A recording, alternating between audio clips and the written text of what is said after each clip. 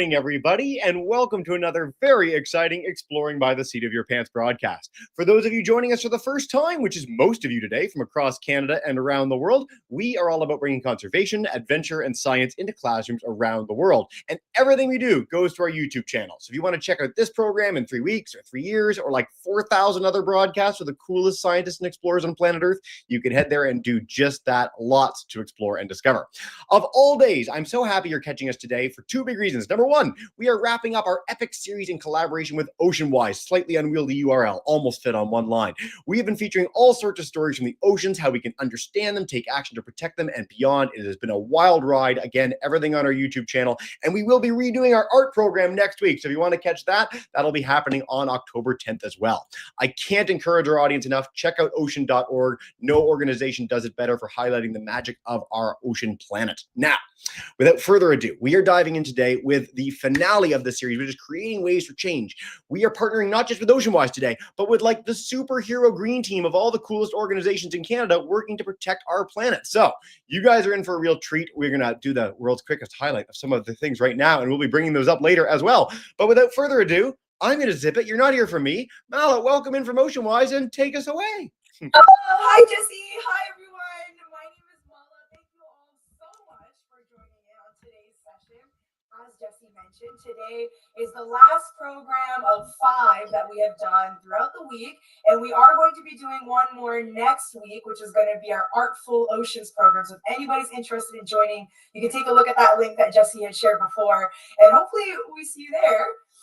Thank you all so much for joining in today. As Jesse also mentioned, I'm joined by a bunch of amazing colleagues of mine from different organizations that also do amazing ocean work. And today's mission is to talk to you all about the different projects and initiatives and actions that you can take for our ocean. So there's going to be a lot of inspiration and a lot of ideas for things that we can do for our blue planet today. So I'm super excited to share all of that with you today. Before we jump into the program, I'm going to introduce myself a little bit. Again, my name is Mala Sharma. I work for OceanWise, and I actually live in Toronto, Ontario, which is the traditional territory of many different nations, including the Mississaugas of the Credit, the Anishinaabe, the Chippewa, the Haudenosaunee, and the Huron-Wendat people. This land is also home to many diverse First Nations, Inuit, and Métis people. And before getting the program started, I wanted to honor this land and extend my thank you to the communities who have been here since time immemorial, taking care of our amazing land, sea, and sky. Now, my job as an ocean educator is that I get to talk to people, similar to Jesse, all around the world about what I love most on our planet, which is our incredible ocean. And one thing that I love about our ocean is all the amazing animals that live inside of it. So 2 of my favorite animals are whale sharks and nudibranchs. I think I really like them because of all their cool patterns that they have on them. And I'd love to turn it over to you folks and know a little bit about what some of your favorite animals are. So Jesse, how about you? Sweet. Well, while we do that, I'm going to encourage you to play around with your audio a little bit because we've gotten very strange and echoey, which is half the fun of broadcasting because you never know what's going to happen. For me, great white sharks, everything toothy. The bigger something's mouth is and the more likely it is to want to eat me, the happier I am. Now, not that great white sharks are going for people, but they could if they wanted to. Megalodon, I've got a tooth behind me there. We've got other options coming in. Feel free to share in the chat for everyone else too. But whale sharks, I agree with you. They are super, super cool. Basically, the whole shark family, they rock. They're very awesome. Mala, let's see. Keep us going, and hopefully we can hear you a little bit better. Is this a little bit better? A little bit better. Yay! Okay, great. If anything, I'll pop out and I'll pop back in, but let me know how it's sounding. All right, great. Thanks for sharing, Jesse. All right, amazing. So as I mentioned, I work for OceanWise. And who exactly are we? We are a nonprofit, and we are based out of Vancouver, British Columbia. And essentially, we're on a mission to protect and restore the world's ocean. Now, how exactly do we do that? We're tackling 3 main issues that I'm sure we've all heard of, which are ocean pollution, overfishing, and climate change. Now, the reason we want to do that is because the ocean is so incredibly important. Now, water obviously symbolizes a lot. It's our source of food, our source of medicine. It is a very, very important resource to many of us, and we're all connected to each other through water as well. So, as we're going through today's program, I want to urge you all to think about the different ways that you're connected to water and maybe connected to the ocean and why it's so important to you as well. As I mentioned, our waterways are incredibly important to us and they help us sustain life in so many different ways. It holds so much meaning and significance to people around the world. Um, Everywhere. And I'm sure we all have some sort of story and connection to the ocean. So, to get today's program started and to get everybody's energy up, I had a really fun game that I wanted to play with everybody. And this game is called Higher or Lower. Jesse, I think you're familiar with this game, but I'm in. essentially, I am going to give you examples of things that require water to be produced. And you're going to, if you're on camera, you're going to show me a thumbs up if you think it takes more water, or a thumbs down if you think it's less water. And if you're on YouTube, you can send it to us in the comments or in the chat. And Jesse, you can let me know what folks are saying. Will do. I'm ready. And Mr. McGill's class, we're going to be coming live to you guys. I'm going to be bringing you on camera in like 2 seconds. All right. Vala, what's our first question? All righty. First question here. A family of 3 uses 400 liters of water daily. So do we think it takes more or less water? What do we think? Lower. What do we think? Thumbs up. More on camera. You know what? I think I drink 400 liters of water while I do these broadcasts every time. So I think more as well. That's good. That's why you have such a strong voice. You're staying hydrated. Thank you. You are correct. It is definitely higher. On average, a household of 3 people is consuming around 630 liters of water, which is around the size or amount of 4 bathtubs. All right, next one here. It takes around 9,000 liters of water for 1 pair of jeans. What do we think? I should remember this from the last time we did this, but I don't. It seems outlandishly high. Mr. McGill's class, what do we think? Lower. Can't be that many. That's too much water for 1 pair of jeans. Come on. I know. It feels really low. I mean, you guys are definitely correct. It is lower, but it's not that much lower, my friends. It is 7,600 liters of water for 1 pair of jeans. So still a lot of fresh water being consumed here. All right, next one here. Does it take around 50 liters of water to produce 1 egg? Is it higher or lower? If 50 liters of water were in 1 egg, it would be very highly pressurized, very dangerous. Mr. McGill's class, what do we think? Lower. I love that you keep coming up to the camera and doing it. Way to go, guys. You guys rock. So I love it. Higher. I'm going higher in this one. You're going higher? All right. Well, Jesse, it comes down to experience. I guess you really know your stuff. It is definitely higher, my friends. The way we want to look at this is the amount of water that it takes to not just produce like 1 egg. It's going to be to produce and sustain the chickens that are producing that egg as well. So the water that goes into farming those chicken as well and giving them their food and hydration, that's around 200 liters of water for 1 egg, which is around 100 jugs of water. So there's a lot of water for 1 single egg. All right. I believe this is the last one here. So do we think it's more or less than 4,000 liters of water for 1 pound of beef? Final thing for our class. And if you're on YouTube and you want to chime into, you can. Mr. McGill's class, what do we think? Higher. Okay, you're baiting us with all these higher, so I think we're going to stick with that. Yeah. I really am. Yeah. Okay. We caught on to the trend. The trend is that it's always higher than we think. And you're absolutely correct. It takes around 7,000 liters of water to produce 1 pound of beef. So clearly we are using a lot of water, right? And a lot of these things are things that we need, right? Clothing, food, different things like that. But obviously, in order to protect our ocean, we have to be very, very careful with how much we're consuming and the effects of our consumption on the ocean as well. High consumption levels are really, really influencing something that's bad. And it's a word that we hear about a lot, which is climate change. Now, what exactly is climate change? Climate change is a long-term change in global or regional climate average weather patterns. So it's when weather or climate is changing over a longer period of time. And trends have been showing us that our planet has been getting a lot warmer. And that affects plants, animals, food availability, cleanliness, global health, sea temperatures, a bunch of things. And there are a lot of ecosystems that are really, really impacted by climate change as well. The Arctic Circle is one of those areas. The Arctic Circle has experienced a lot of melting because of how much warmer our planet is getting. Right now, or in the past, the Arctic Circle used to account for around 4% of the Earth's surface. But between the 80s and 2020, ice cover shrunk by around 13%. And that's only in 30 years.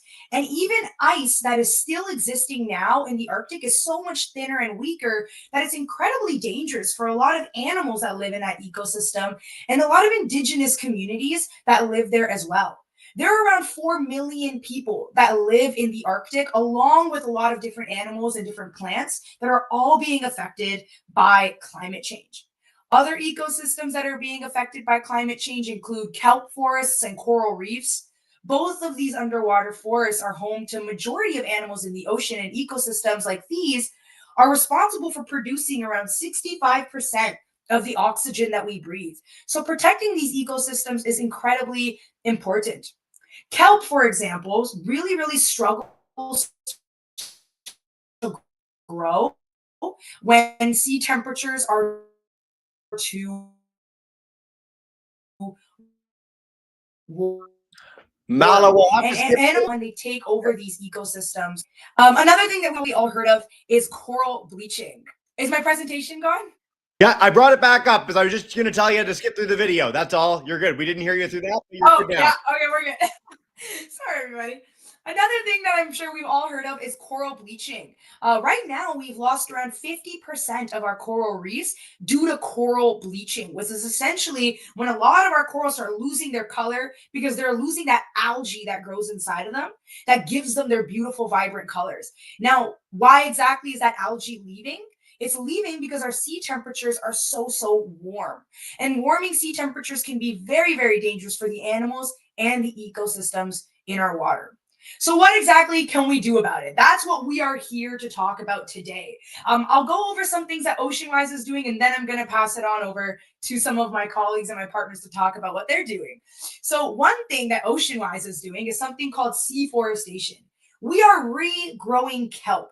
We are taking tiny little baby kelp and we are growing it inside of our nursery, and then eventually it's growing into entire ecosystems.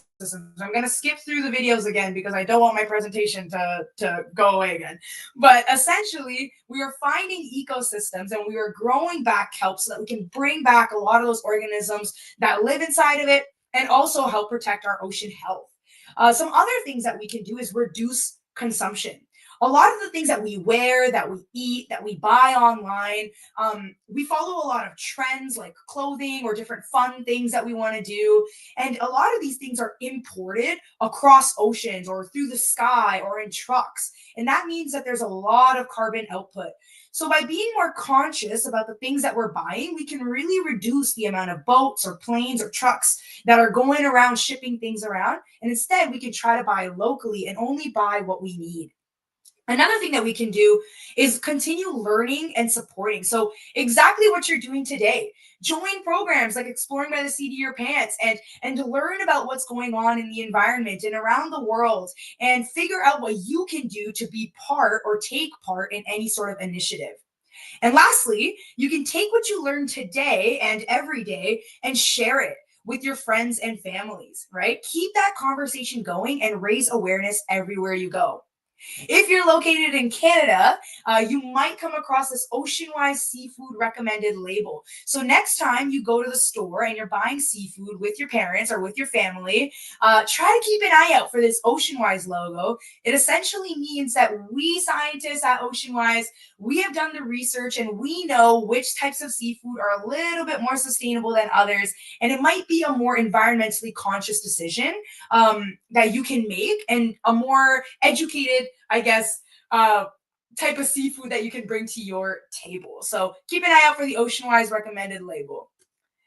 Alrighty, my friends, last but not least, feel free to scan this QR code if you'd like, or take a screenshot for later, whatever it might be. And feel free to take the ocean animal quiz. Over here, you'll learn what ocean animal you are, and you're also able to give us feedback as for the work that we're doing and the type of program that we're doing as well. Alrighty, so that's really it for me. I'm going to pass it over to my other friends that are joining me today to chat to you all about their super cool projects and actions that you can take to protect the ocean. So, Jesse, we're going to get started off with green learning. I'm going to pass it on to Katie. Hey, Katie, welcome in. Hi. Hi. Take us away. Perfect. Am I controlling the presentation or you are? Malin. I will be controlling it. Amazing. I will let you know how to go forward. Yeah. Perfect. Okay. Hi, everyone. And thank you for having me today to talk to you guys about how to create to make a change and how you can use our e-cards for ocean conservation. So as mentioned, my name is Katie and I'm the Environmental Education Engagement Manager here at Green Learning. You can skip to the next one.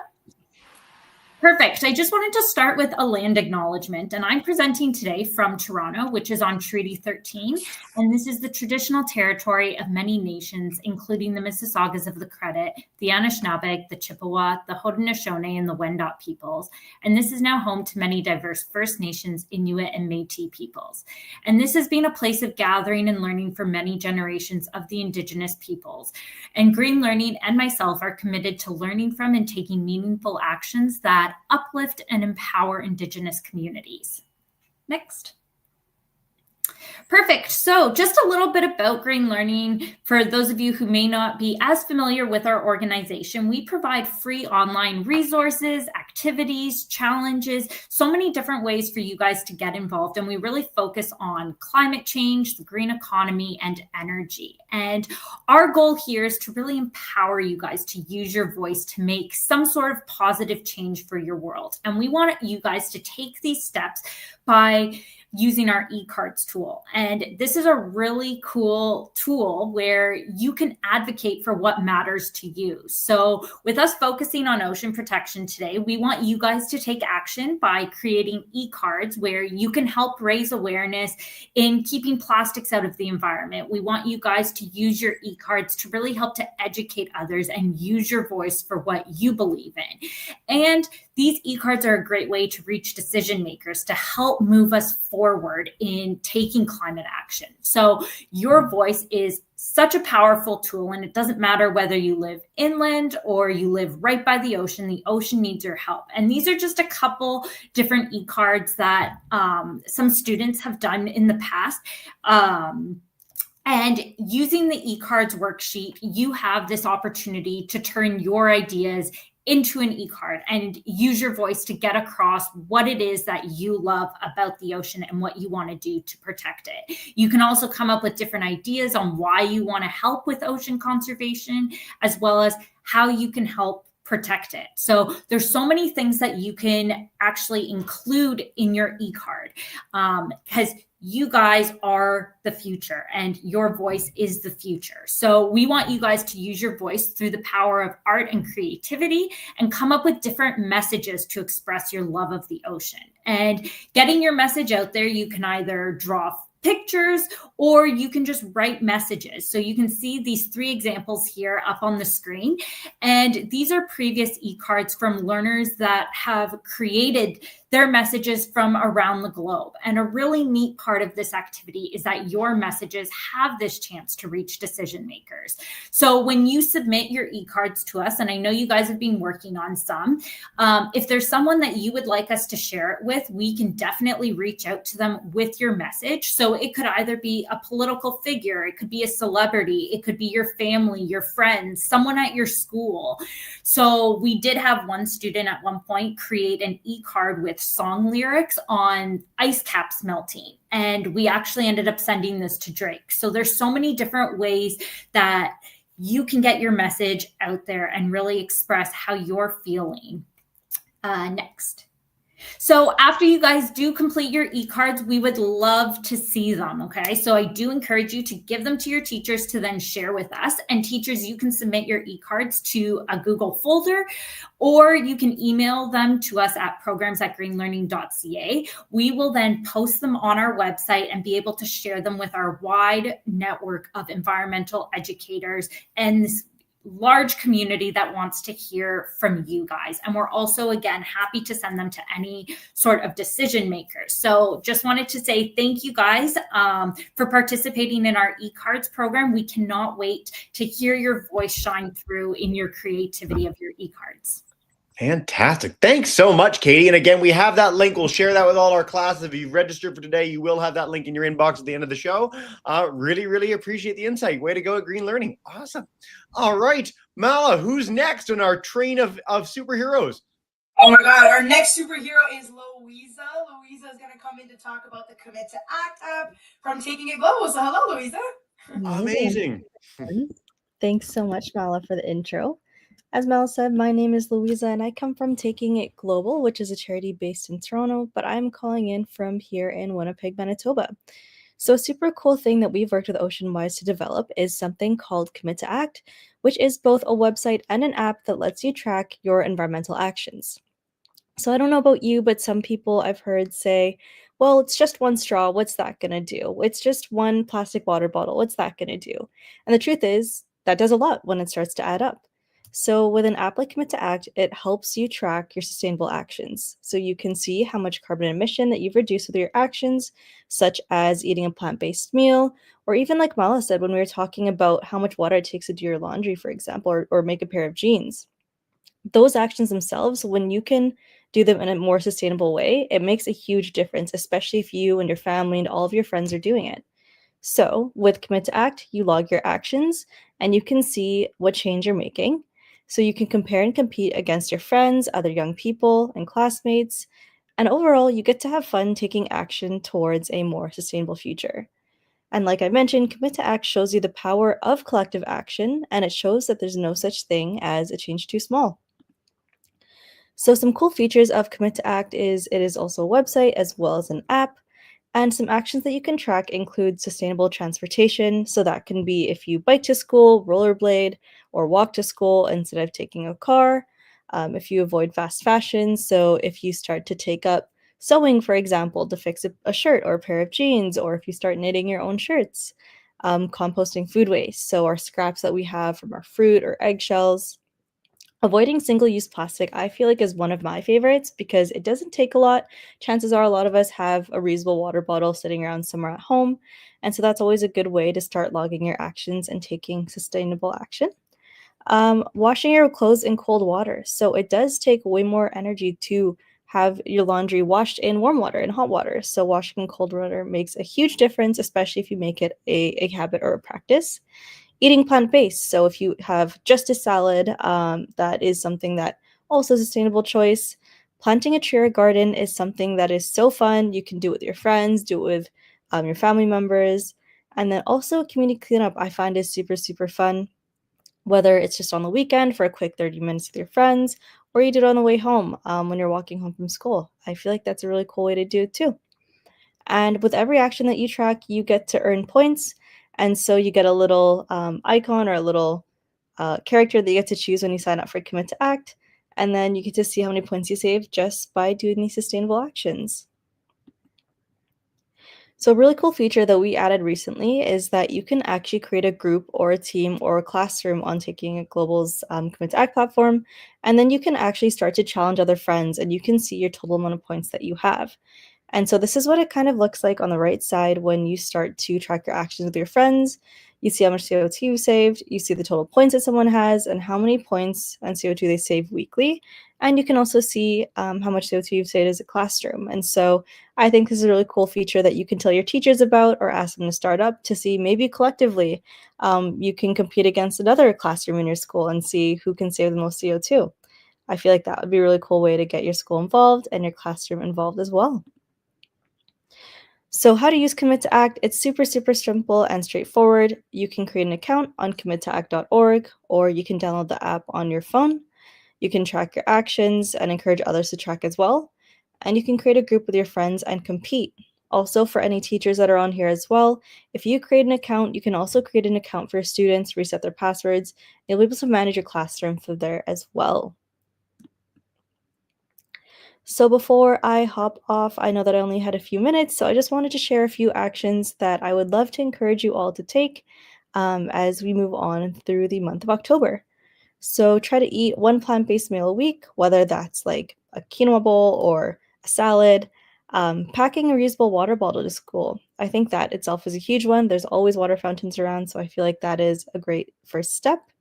Walking, biking, scootering, rollerblading, skateboarding, anything but a car to school, I feel like is a really awesome way to get active, but also a great way to do a sustainable action every single day. Also, when you go to school, I encourage you to bring your food in a reusable container. And then lastly, just picking up garbage you pass by on the sidewalk as you walk to school or home from school, or even during a recess or lunch break. These are all things that you can do to log your actions, track your points, make sure to compete. Oh, I think we might have lost Louisa. Oh, maybe she's there. She's in, but she's not audible anymore somehow or other. This is very exciting. Oh, she's back with feeling for the finale. Hello, Louisa again. Hello, hello. Hello. Oh, maybe kind of, sort of. It wants to work. Okay, can you hear me? There we are. We can hear Okay, you. amazing. Okay, that was it for me. Just saying thank you. Thank you so much. And again, we'll highlight Commit to Act. Everyone who's registered today, you can take a look at all the cool stuff that you can do with that.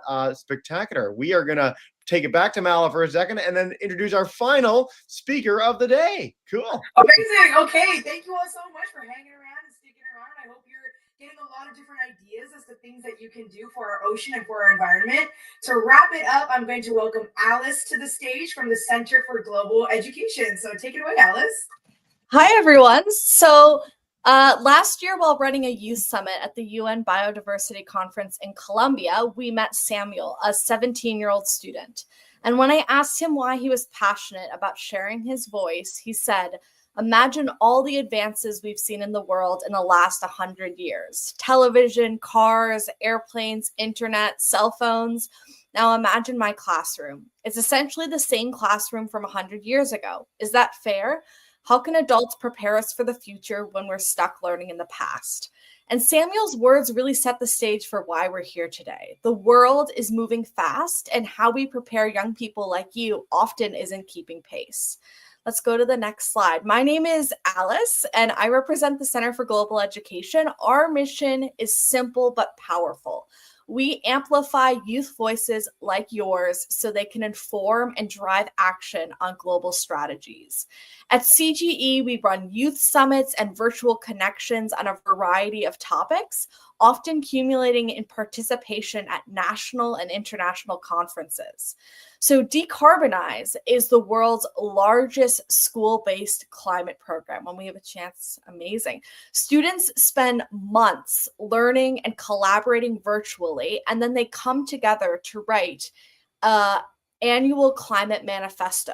And then some of those students present at the UN Climate Conference, which this year is in Brazil. And when they return, they implement local action plans like building compost bins or installing solar panels. So this connects local and global action. Let's go to the next slide. Yeah, Art for Action is an annual virtual art gallery encouraging young people to express their ideas about global issues through any creative medium. So you can showcase and submit your pieces of artwork at the link right there. And selected pieces are showcased at the UN Climate Conference, and they give you a chance to a global platform to share your voices. Another program of ours is Youth Dialogues. So this connects students across Canada on topics like international humanitarian law or creating the Pride Guide, which has led to widely shared resources for teachers to make classrooms safer for all learners. Another program of ours is Biome Boxes, which is part of our Education Nature Nexus project. So this lets schools exchange cultural and biodiversity information across Turtle Island. So each school prepares a box representing their community and biome, helping students understand the importance of protecting biodiversity. These projects that I've shared with you vary in topic, but all of them give students like yourself confidence to share your passion and express their voice that matters. Nesta, a 16-year-old from Kenya, said, "Before Decarbonize, I was just waiting for the future. After learning and connecting with other students, I'm taking my future into my own hands." Sean, a student from Waterhen First Nation in Saskatchewan, wasn't on track to graduate and was dragged to our summit by his teacher. 3 years later, he's an international speaker on Indigenous mental health and climate action. He said, no matter how small you think your voice is, it can make a difference. I am here and I'm going to use my voice. Student voices are not just inspiring, they are essential. As Olivia, a 16-year-old from Ontario, said, the future is in the hands of both children and adults. We as youth are ready to lead, innovate, and act. It's time to listen to us. I invite you to engage further with CGE and explore our student-led projects at cgeducation.org. Together, we can turn your ideas into real-world impact. Thank you. Alice, that rock. Thank you so much. Gee, is there anything else to share in our presentation, Mala, before we bring in everyone for a big Q&A at the end? That is it. We are ready for Q&A. Sweet. You play around with your audio again. Part 2. Everyone's going to play around with the audio. I find if you just smack the mic, everyone, it makes it a little better. But I just want to stress on behalf of all our organizations and for our students today, thank you guys so much. It is like the golden age of getting involved as a student. I think all our speakers here and your teachers, you should ask Mr. McGill, and if you're on YouTube, you should ask your teachers. We all had to walk uphill both ways in the snow every time to school, and there was nothing to do when we got there. So if you're keen on taking action on behalf of this planet, there's so many opportunities. We've highlighted so many of them today. Again, ocean.org, committooact.org, cgeducation.org, and our Green Learning Canada e-cards. Lots to explore and discover there. You guys are growing up in an era where Greta Thunberg has done more on behalf of this planet than pretty much every world government combined, which is very exciting for you.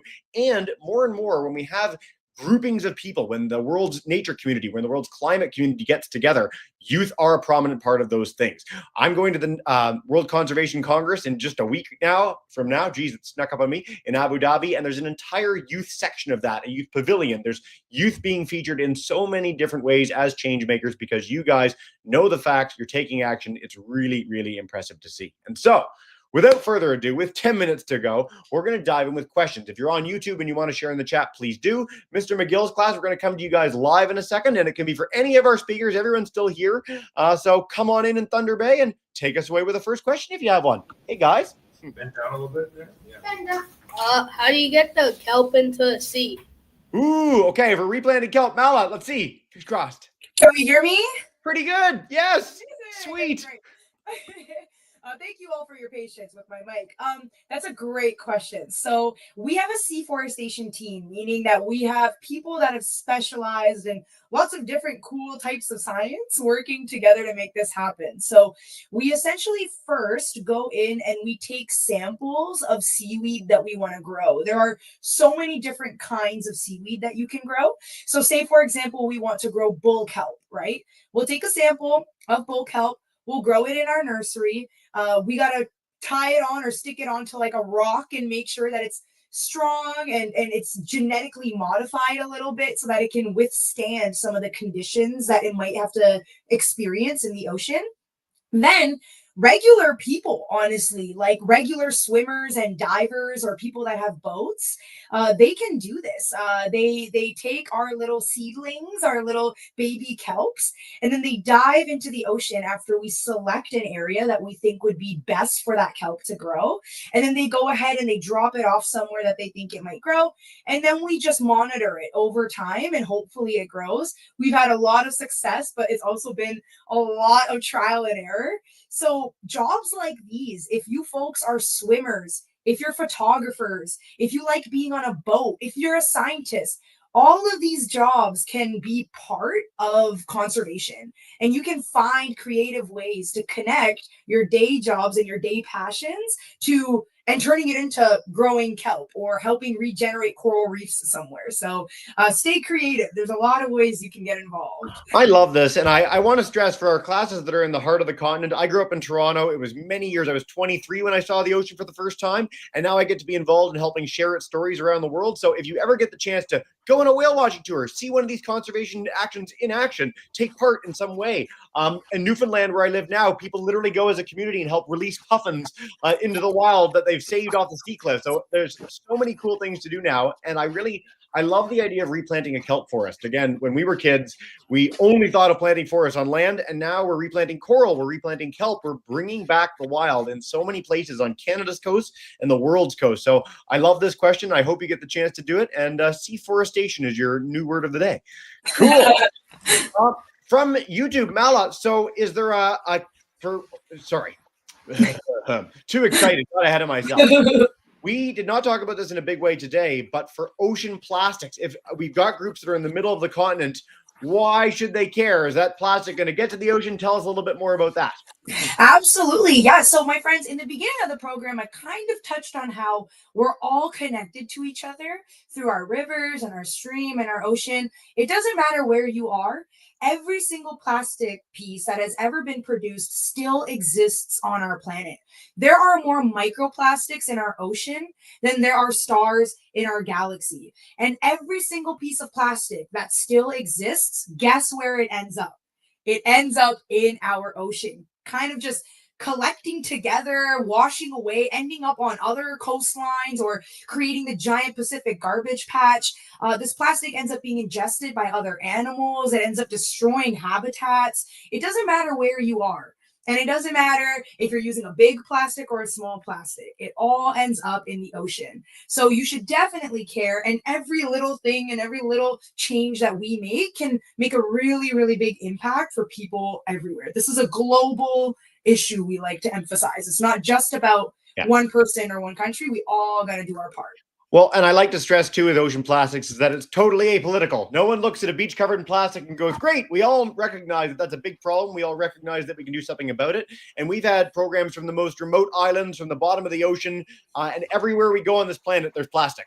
And so if you take small actions every single day to curb your use of plastic, you really are making a big difference. And so I hope you'll take that chance. And again, ocean.org has a whole bunch of great stuff on plastic pollution if you're keen on that. Mr. McGill's class, we're coming back to you guys live. Come on in if you've got a second question and take us away. Hey, guys. Hi. We don't have another question, but we just want to know, Jesse or anybody else from Toronto, Yes.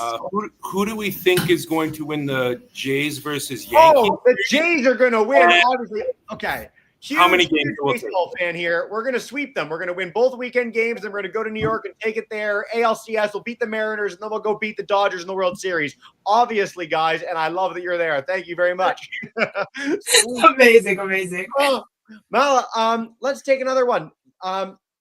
So from our online crew, again, is there a central place we can find out about all of these organizations? We've got a lot today. So again, we've been highlighting a lot of individual links, and we'll be passing them along. Is there a place where people can find a hub for everything happening in Canada at once? I don't know of such a thing. All right. Well, you can always visit. We are all the organizations that talk to you today.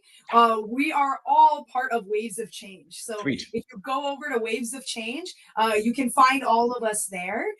Even in all of our websites, you will see links to all of us there as well. You can play back this video on YouTube if you want to see all the links pop up again as well.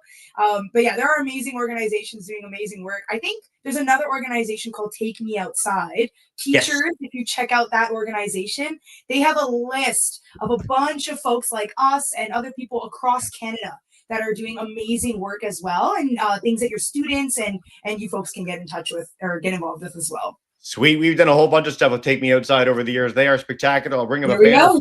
We got all the banners today. More banners than you can shake a stick at, everybody. But dude, check out Take Me Outside. They've got a big day coming up in a couple of weeks. So some really, really cool stuff for that in late October. Again, the world's your oyster. There's so much to explore and discover now if you're keen to take action on behalf of the planet. And please do email us at exploringbytheseatofyourpants. We'll put you in touch with any of these groups. We'll find cool activities you can do as a class. And if you do anything, whether it's art or planting or plastic cleanup, send us information, send us pictures. We'd love to share it. Again, we're taking some art sheets to Abu Dhabi to feature some of the most incredible art from kids in Canada, the US, Indonesia, Iran, all over this planet, which is going to be really, really special.